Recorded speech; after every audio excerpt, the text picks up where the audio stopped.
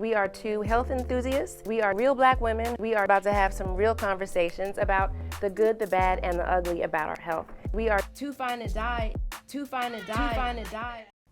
Hey guys, this is Dr. K and my co-host, Coach K, and welcome to Too Fine to Die. And we are two health enthusiasts who are two real black women who are about to have some real conversations about the good, the bad, and the ugly about our health. Because at the end of the day, we, which means we, are too precious and valuable not to take our health seriously and not live our absolute best life. So today, we will be talking about what happens when you are deciding to take your health journey seriously and maybe your friends and family are not along for the ride. That's why we have the wine. Okay. You ready? Are you? I'm ready. Yeah. Okay. So I'll start by framing it by saying, so I'm a weight loss surgeon over 13 years. And you would think that when you want to change your life for the better, be healthier, lose weight, work on your diabetes, your high blood pressure, that everyone in your inner circle would be rooting for you. Go, girl. And excited. And I've seen more times than I would like to admit where the opposite happens, where relationships change in a very negative way. Yep. We lose friendships, family dynamics change, divorces. So that's just kind of like the surface of what I see, but it's surprising because you would think the exact opposite should happen. Yeah. But yeah, let's talk about that because that's real. If somebody wanted to embark, you got to be ready for that. Yep. And you got to make a decision. Is my health more important than this relationship or what? That's the part. So with what I've seen, it always throws me off because I've had clients who come to me because they're tired of how they're living. You know, whether it's the weight, whether it's the medical reports, whatever.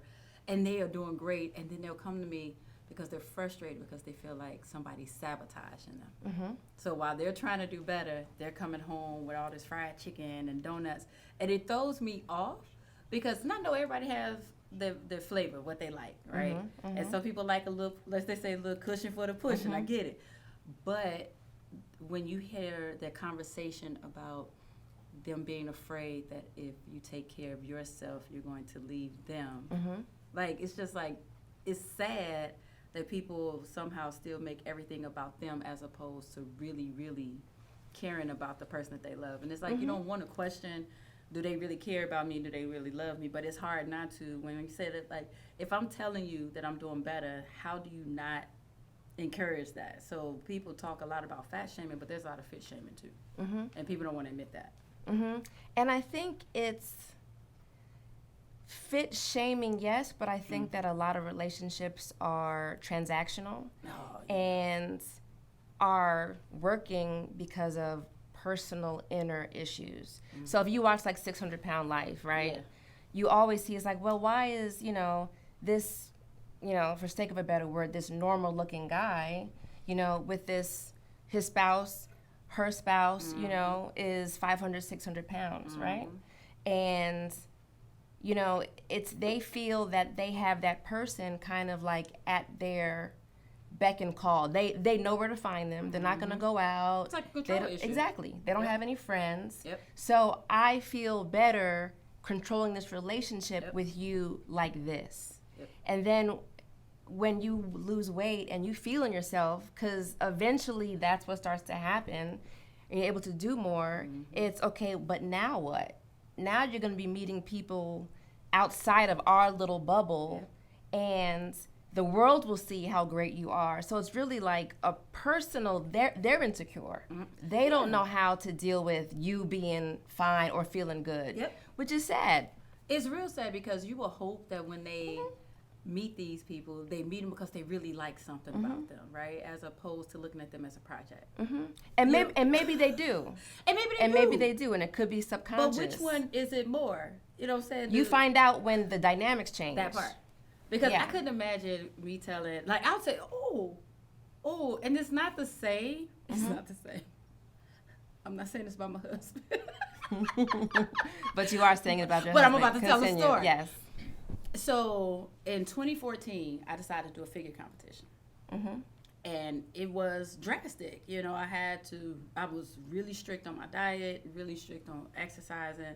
I went from a nice little thick, juicy 142, 43. When I got on stage, I was 126.6 pounds, like little. But I was cut. Yeah. But I lost that junk, you know. And I could tell, like real talk, my husband was not attracted to that. He was proud of the work I did, you know, but it did change the dynamics during that time because that just wasn't what he was attracted to. Now, he never tried to sabotage it, you know, because when we pay for it, we're not going to waste no money. Exactly. But I can't say that he wasn't part of jokes, like when we would go out and stuff like that, because I was that chick. You invite me to a barbecue, I come in with my little tote with my salmon and all of that stuff, and they would crack jokes about it. But I will say that was the only time I remember feeling like, here I am trying to do something good. And I didn't feel, all of my friends and family, everybody had, well, I won't say all, a lot of them though, they had jokes about it because it was abnormal. But I think sometimes with that, when people don't understand it and they can't do it, that, you know, when people don't understand stuff, they just, you know, a lot of people use defense mechanisms like jokes. Because they just don't know, and it doesn't. And then that's why I had to realize it wasn't that they didn't love me, it wasn't that they didn't support me, because they all showed up. It was a different type of Krystal during that time. If that makes sense. No, it does make sense because it is a different you, and when they pull themselves back from it, you are doing better for yourself. But let's say that the time that you guys spend together is going out to eat at different, or drinking or hanging out, right? So this is like this is how we connect. But now, even though you're doing better for you, but that we can't do the same things that we used to do to kick it, it's, you know, okay, so what are we gonna do though? Because I'm not trying to be on your journey. But do you have to stop though, right? I think to me, I don't want, if you come to me right now and say, Krystal, you know, I'm done drinking. I'm like, okay, that's great. I would ask you how you felt with me drinking around you. But I wouldn't, if I stopped drinking, I wouldn't want you to stop, right? But I would want you to at least respect what I'm doing. I think that's where some of the issues come about, is that where people don't let people live. They have to crack jokes, and like I said, the sabotage, and then all of a sudden, you know, let's go. We go in a place where you ain't got no options, bud pug food. You know what I'm saying? Like, but it's about them and their comfort. That's where they're comfortable. So you can change, but that doesn't mean that I need to change with you at the rate that you're changing. Facts. And I think sometimes it's easier to try to lure you back into our comfort zone than it is for me to change to fit into your comfort zone, especially if that's not what I'm feeling or trying to do. But unfortunately, I think it puts the person who is trying to do better in a very precarious kind of space, because it's like sometimes you have to make a decision. Like I had a patient who the husband just got very, very just unkind, you know. She lost over 100 pounds. She was feeling good. She was going out. And she wasn't even necessarily doing anything scandalous, but he could see that she was getting more attention from others. And he would kind of talk to her like, oh, what are you out here doing? You whoring. But that's like, that's your own insecurity. Because, I mean, I'm going to believe her. I'm not saying that maybe she wasn't doing anything, but nothing had changed other than her weight, and she's getting attention. But you got to be strong enough to allow that person to live that life and trust them that they're going to be like, okay, I get attention, but I know what to do with it. And like you said, the sabotage, you know, bringing the things around that you know that person really wants to do but can't, you know. So, but she was caught because she's been married for like 20 years. And it's like she gets home and she dreads being around her husband, but then she's like, well, maybe I shouldn't do, you know, maybe I should kind of not go as hard. Maybe I should, you know, eat every once in a while what he wants to do. And it's like, how do you, at what point do you choose yourself versus somebody else? You know, that's hard. It's to me, it's almost impossible, because what is the right answer? You know what, honestly, I think whatever makes you happy is the right answer. And that's big facts. At this point, we can't live for anybody else because nobody else is living for us. So you have to live for yourself. And it's sad when you hear it with spouses and mates because it's like a control issue. But as you were talking, it made me think about one of the ladies in my group. Her family, her mother and her sister, the way they talk to her, and you know, like it's sad when people are like, "What you doing? You wasting away. You don't want to eat." Da, da, da. But even they went so far as to tell her that the guy she was dating, oh, he didn't really like you. Like, he's too fine for you. What? Jesus. What? When I tell you she posted in a group, when I tell you the group went on fire, because I'm like, how dare you say that to anybody, let alone someone you love, your daughter, your sister. But as we were talking about and unpacking it, they're jealous because they can't do what she was able to do. Hey, I am Krystal Taylor, the owner of Fitness is Not a Game. I am your health and fitness coach who specializes in helping women over 40 lose weight without dieting or exercising for more than 30 minutes at a time. It is my personal mission to help at least 1 million Black and brown families change the trajectory of their medical histories because we are not predisposed to these preventable diseases.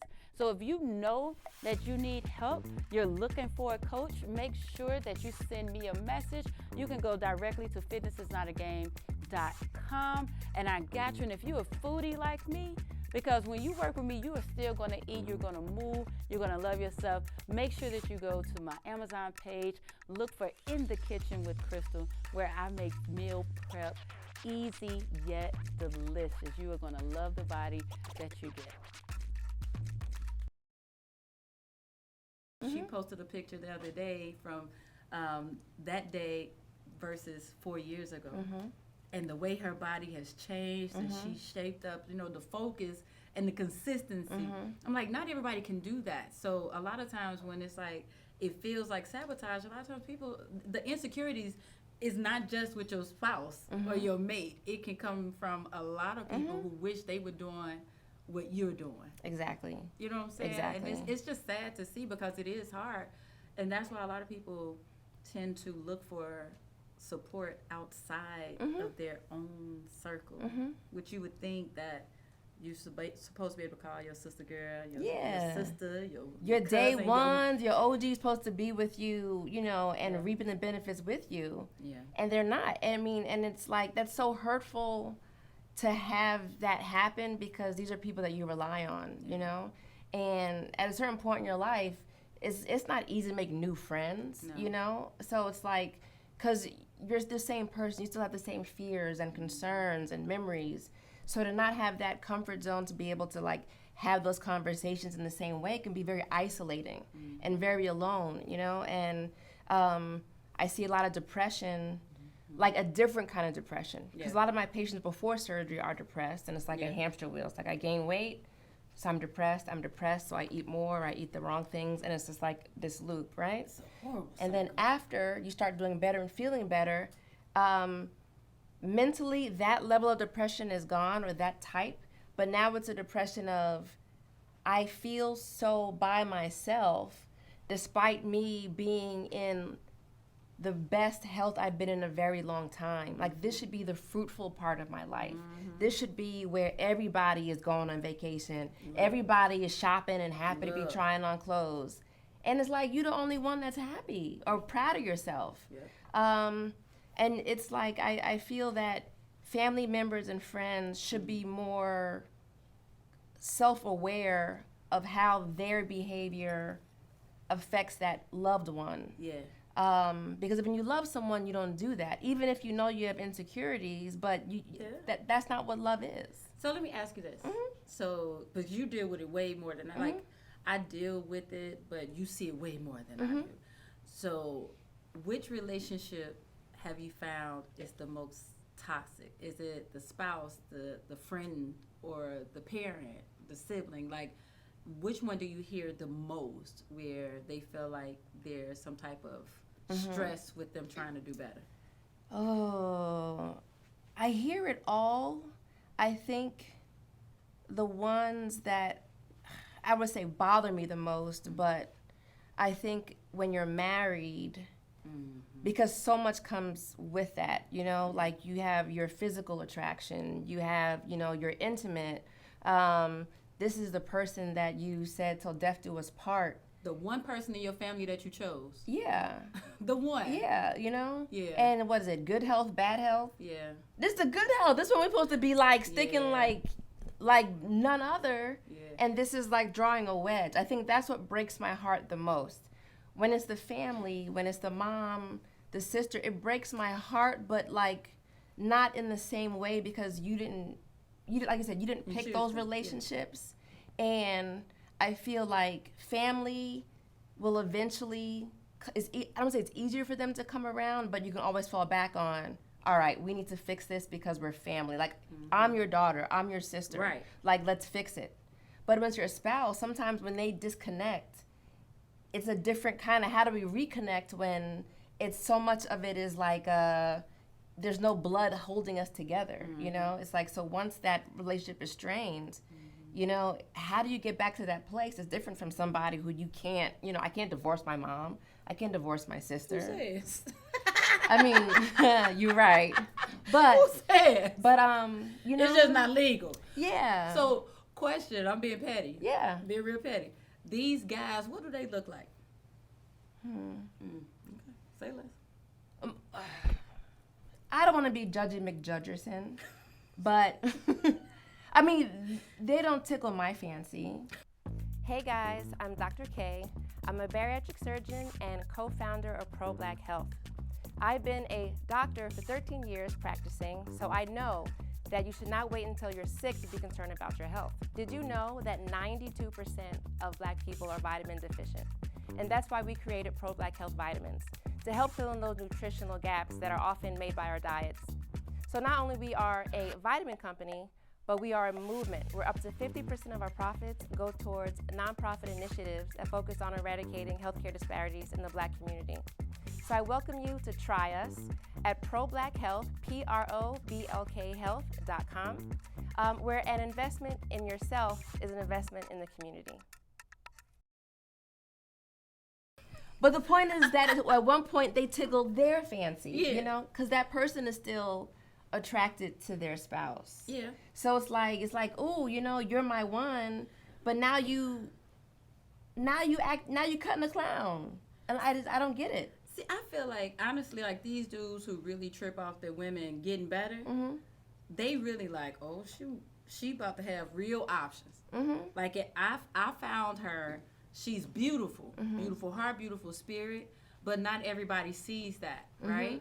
So I'm gonna show her some love, and she gonna love me because not everybody doing it, right? Exactly. So now that they're getting finer to in the traditional view, right? Because that's all it is. It's about traditional view. I think that they start getting afraid, like she's gonna have more options, and I'm not gonna be able to get away with a lot of the foolishness that I've been getting away with. Whatever it is, because she does not have to deal with this anymore because I'm not the only one showing her attention. You know what I'm saying? It's competition. And certain people do not deal well with competition.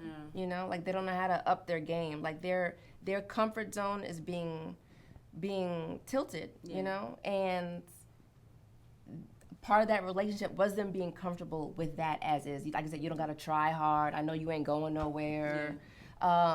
But that's not fair to that person, you know, because you're like kind of keeping them in your cage. That's not the cage they want to be in. It's the cage you want them to be in so that you're happy. But it just sucks because you would think that everything should flourish, you know, when you're thriving and you're being healthy. The rest of the stuff, you know, like should be able to blossom as well. But to have these strained dynamics can like really halt your progression, especially when you feel like you have to make a decision. You know, okay, well, you know, I'll make him happy. You know, but what about you? So now you're back in the position potentially you were to begin with that you were unhappy in to get out. You know. So what are the strategies? How, when people are going through this, what are some practical things that they can do so that they can get all the things that they want? Because they want the healthy, happy relationships, but they also want the healthy, happy bodies. So what do you suggest? Like, how do we make it happen? So I think a big thing to do is when you're contemplating starting your journey, whether it be surgery or not, you need to have the conversation with the people that are closest to you, especially the ones that live with you that say, hey, this is what I'm trying to do. You know, it means that we may have to change where we go, how we shop, how we cook. Yeah. What are your thoughts about that? That way they're teed up to be prepared to even think about, because maybe they didn't think about it. Maybe they're like, oh, because you failed every diet in the past. Oh, you know, like, yeah, whatever. Oh, yeah, you're going to get healthy, you know? But to have those conversations so that it's not a surprise. And even while you're in it, while you're changing, let's have these conversations. Because that person needs to be aware that in order to really be supportive, you can't do the same things. It's like if someone's an alcoholic, please don't bring a drink around them, you know? Like, you can't tempt them like that and expect them to really do well. So I think a big part is having this open dialogue. And then you can really get a sense of how somebody is. Yeah. When you talk about it enough, you'll see little things, you know? How you approach it will be on you, but you may be able to talk them or go to therapy to say, okay, well, let's talk about this together with a therapist so we can both get into it together. So that as it's happening, you're changing together versus you're moving and they're stuck and you're trying to make up the difference. Another thing is bring your loved ones to the doctor visits so they can hear, you know, what is the process, what needs to be done. Because I tell my patients that, you know, I can't stand when the patient just had surgery and I'm walking in the next day and the family's there with Popeyes in the room. Child. Or, you know, and I'm like, this is insane. This is like day one, and you just like, F it, you know? Yeah. F what you trying to do. This makes me happy. But, you know, it's like you have to have those conversations about what does support look like. I don't want you to do this anymore. Can you oblige by that? Yeah. And then if it continues to happen or you did your best effort to avoid it and it still happens, you have to figure out what do you want to do to live your best, healthiest, happiest you. Because like I said, you know, Too Fine to Die is the title, but it's like you're too precious. You're too precious to let anyone or anything not allow you to grow into your best self. But people just need to talk, you know? You need to talk it out and then make hard decisions for you. I think you should put yourself first in a lot of respects. And the real people who love you will come around. It's funny because you're talking about, like, she's saying it in such a nice way where I just be like, do you? Do you? Like, especially, and I'm at that phase because you get to a certain point in your life where you realize that being selfish is not a bad thing. People think that selfish has a negative connotation, but when you're talking about your health, you can't put anything or anybody above that. You really, really can't. So you really just have to make sure that you're doing what's best for you to make sure that you are around as long as possible to be able to enjoy this thing called life, right? Yep. Like I wouldn't want to cut it short for somebody else's insecurities. Exactly. So that's my final thought on that. And I think you summed it up good, you know, like, or summed it up well. You are the MVP of your life, and I'll say that over and over again. So if you were to die, who cares about this other person in this failed relationship? So enjoy it while you got it. Enjoy it while you got it. And that has been today's, I don't even know how we're going to sum up. It's going to be fun to see what we titled this one. Because we'll figure it out. Yeah, it's because at the end of the day, it's about prioritizing yourself over the relationships. And loving your relationships, but loving you way more because you are way too fine to die.